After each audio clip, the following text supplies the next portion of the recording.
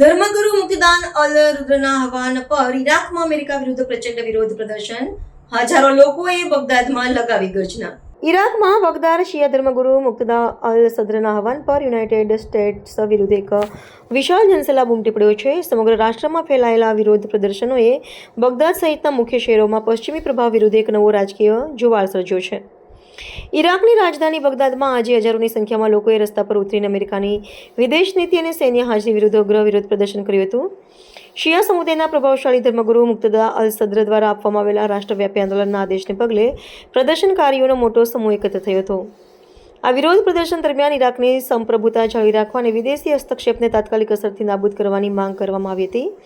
સુરક્ષા દળો દ્વારા અત્યંત સતર્કતા રાખવામાં આવી હોવા છતાં પ્રદર્શનકારીઓના ભારે ધસારાને કારણે અનેક સ્થળોએ સામાન્ય જનજીવન ઠપ થઈ ગયું હતું. આ આંદોલનના વ્યૂહાત્મક પાસાઓનું વિશ્લેષણ કરતા રાજકીય નિષ્ણાતો માને છે કે મુક્તદા અલ સદ્રની અપીલ ઈરાકની આંતરિક રાજનીતિમાં પશ્ચિમી શક્તિઓના પ્રભાવને ઘટાડવાનો એક મોટો પ્રયાસ છે. શિયા ધર્મગુરુના લાખો અનુયાયીઓ દ્વારા કરવામાં આવેલું આ પ્રદર્શન માત્ર ભાવનાત્મક નથી, પરંતુ તેની પાછળ ઊંડા રાજકીય ઉદ્દેશ્યો રહેલા છે.